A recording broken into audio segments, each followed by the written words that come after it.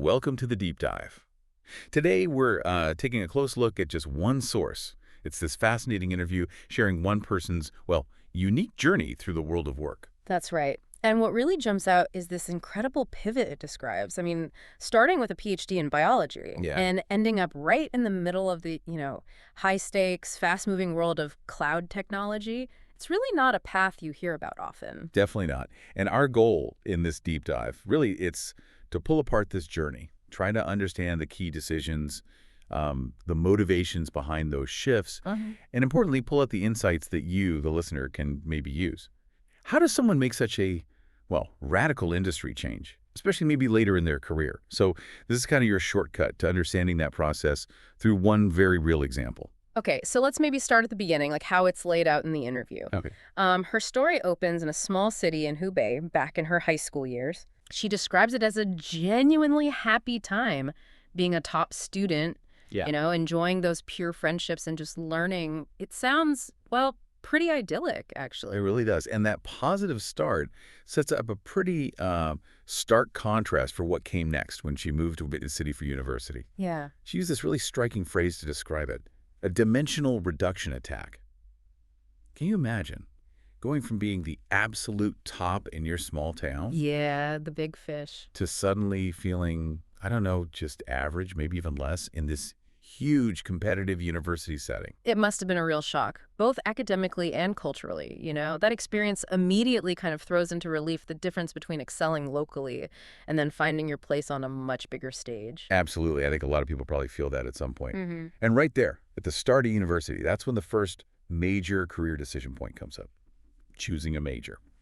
And the source makes it clear this wasn't, like, purely driven by her own passion. No, not entirely. The family influence was pretty significant, it sounds like. Specifically, her father had this very clear plan mapped out for her. Which was? Study biology, then head to the U.S. for advanced studies, and the end goal was to become a professor. Right, the academic track.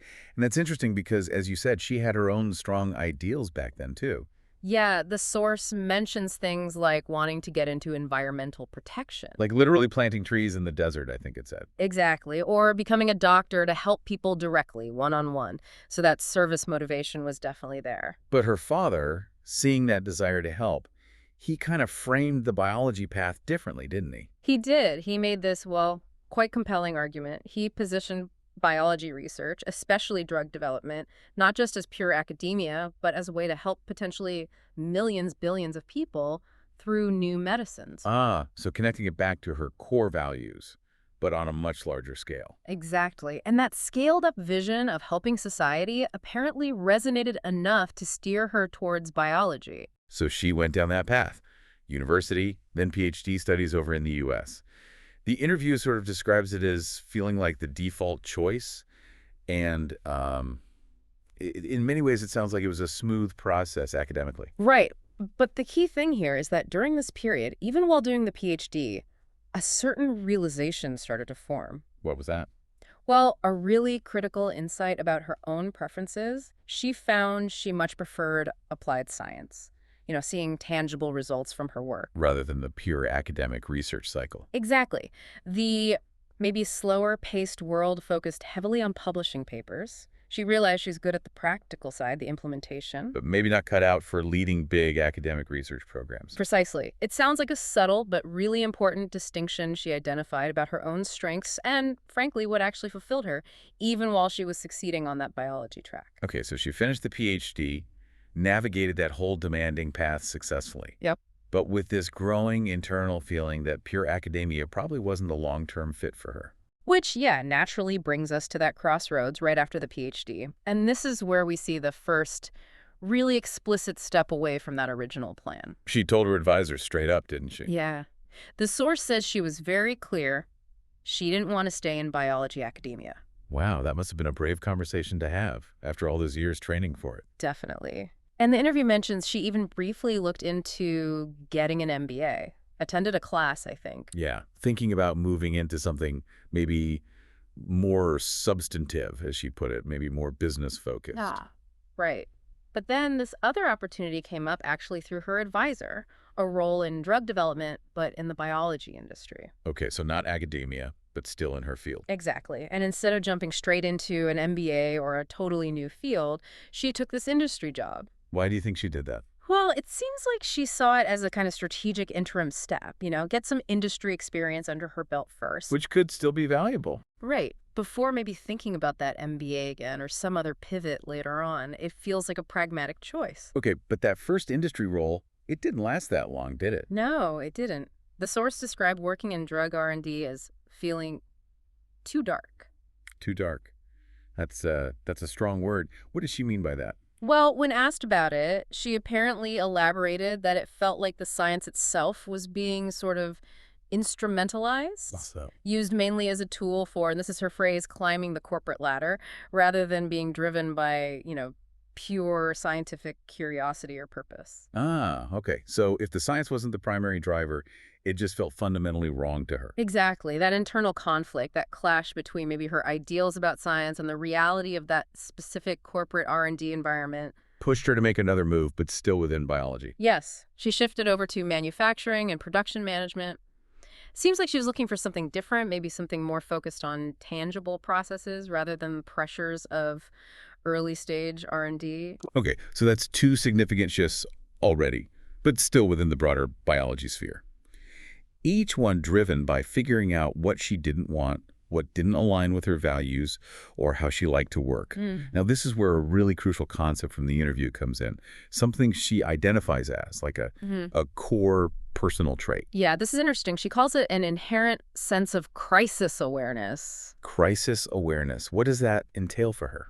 It means she wasn't just focused on the here and now. She was apparently constantly thinking about where she wanted to be in, say, 5 years. Okay. And actively planning the steps needed over the next 3 to 5 years to get there. Not 10 years out, that felt too far, too abstract, but that concrete midterm future. That's quite disciplined. Yeah. And this forward-looking view, this internal kind of alarm system. Yeah, you could call it that. It led to the biggest decision yet, leaving the entire biology industry altogether. Wow. She just felt its future wasn't that promising. The work opportunities seemed limited, maybe too narrow, and she felt she needed a field with a much longer career life. A broader range of job roles she could potentially move between over the decades. That makes sense. But leaving an entire industry, that's huge. Did anyone question it? Oh, yeah. The source mentions her father, the one who originally set her on the biology path, even questioned why she'd leave what seemed like a stable job. And her response? It really highlights her core thinking. She basically said that current stability wasn't enough. She was looking ahead, anticipating a future where maybe those limited biology opportunities might dry up.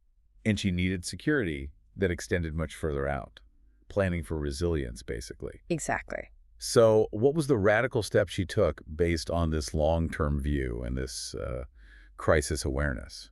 She quit that stable job and went back to school. Back to school. Yep.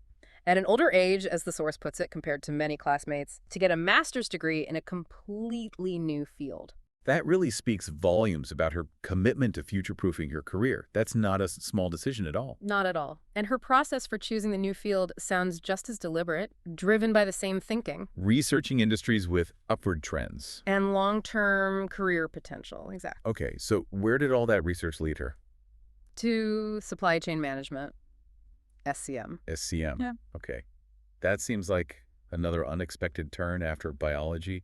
What was the thinking there? Well, the interview explains the logic. It's about its broad applicability. SCM is crucial in so many different industries. Right, like traditional goods, but also tech. Yeah, think Nike or Tesla or countless others. That wide relevance seemed to offer the long-term job security and maybe the flexibility across different sectors that she was actively looking for. Okay, so she successfully makes this big pivot into SCM, lands a job in a high-tech company focused on e-commerce. You might think, okay, great, she's landed. But remember that 3 to 5 year forward-thinking habit? It didn't stop. Nope. It kicked right back in again. She looked at the e-commerce space, even within tech, and saw it evolving into what she called a red ocean. Meaning? A saturated market. Mature, highly competitive, maybe with thinning margins. From her perspective, the future opportunities there, at least for her long-term security goals, just weren't looking strong enough. Interesting. And the source mentions this was also underscored by some personal family circumstances. Yeah, we don't get the details, but it apparently created an even stronger need for a very stable industry and track. So that personal context really amplified her drive for that long-term security. Okay, so this combination foresight about the industry becoming saturated, plus a personal need for stability, prompted the next big strategic shift. Exactly. Moving into the cloud industry. Why cloud specifically? Her rationale was pretty straightforward, according to the interview. Only a rising industry can give you good opportunities and job security. The target now wasn't just 3 for 5 years. It was explicitly aiming for 10 years of stable work. 10 years. Okay. And that's where this whole remarkable journey has led her today. That's right. Working as a technical project manager in cloud at a major U.S. tech company. What's that environment like, based on her account? Intense. Which fits for a rising field, right? It's very fast-paced, high pressure, partly because the competition is just fierce. You know, AWS, Azure, Google Cloud, all battling it out. But the flip side? The flip side is opportunity. Because it's still a rising field, she highlights it's full of potential. Companies are still actively running and grabbing territory, is the phrase used. Running and grabbing territory. I like that. So there's growth. There's potential for people working inside it. Exactly. And here's where all that deliberate planning really seems to have paid off in a very concrete way, at least according to her. How so? She explicitly connects her ability to make these transitions and actually land a good job during this recent period of, well, widespread tech layoffs. Yeah, the Great Recession in tech, some are calling it. Right. She credits navigating that successfully not just to luck, but directly to the deliberate 3 to 5 year planning she was doing years before it hit. So it wasn't a reaction to the crisis? No. Okay. It was preparation, years in the making. That groundwork, that foresight, that willingness to pivot and reskill long before the downturn. That's what created the resilience, she believes. That's powerful. It really puts the whole journey into perspective. So looking back on this whole winding path, what was her perspective on it all? Any regrets? Apparently not. No major ones. She shared this feeling that everything happens for good reason, and she actually wouldn't change any of it. Really? Yeah. She felt she'd probably make the same choices again, given who she was at those different points, acknowledging maybe being so green or naive or whatever sometimes. But ultimately, no big regrets, and she really values all those varied experiences. Okay. So if we were to really try and distill the essence here, the key insights from her story for you listening, what really jumps out? Well, for me, it's definitely that emphasis on looking beyond just your current role or even your very next step. That commitment to thinking 3 to 5 years down the line. Yeah, that feels crucial. It makes the decision seem more strategic, less purely reactive. Absolutely. And tied right into that is cultivating that sense of crisis awareness. It's not about being constantly anxious or panicked. Right, not negative. No, but about being proactively aware that things will shift and planning for a future that might look quite different from today. There's also a clear message about pivoting, isn't there? Yeah. Even significantly. Going back to school, reskilling, even at an older age, it's not just possible. It can be a really successful path to finding that long-term stability. And making those career choices strategically based on industry trends and that long-term job security, rather than just what's immediately available or what you happen to train in originally. That's a powerful framework she clearly followed. Yeah. And finally, I think the story shows how you can still find ways to connect your personal values, like that initial desire she had to help people with your career path, even if the actual work looks dramatically different over time. The way you contribute can evolve. Definitely. This whole journey, from biology to cloud, it's just such a vivid illustration of how someone can navigate a constantly changing professional landscape. It wasn't a straight line at all. Far from it. But a series of really thoughtful, sometimes difficult shifts, driven by that foresight, a deep understanding of her own needs, and that proactive planning. It really suggests that true job security, especially in these dynamic industries, isn't just about holding on to one specific role for dear life. No, it's more about positioning yourself in fields that actually have growth potential and being adaptable enough, willing enough to make those significant changes to secure your future.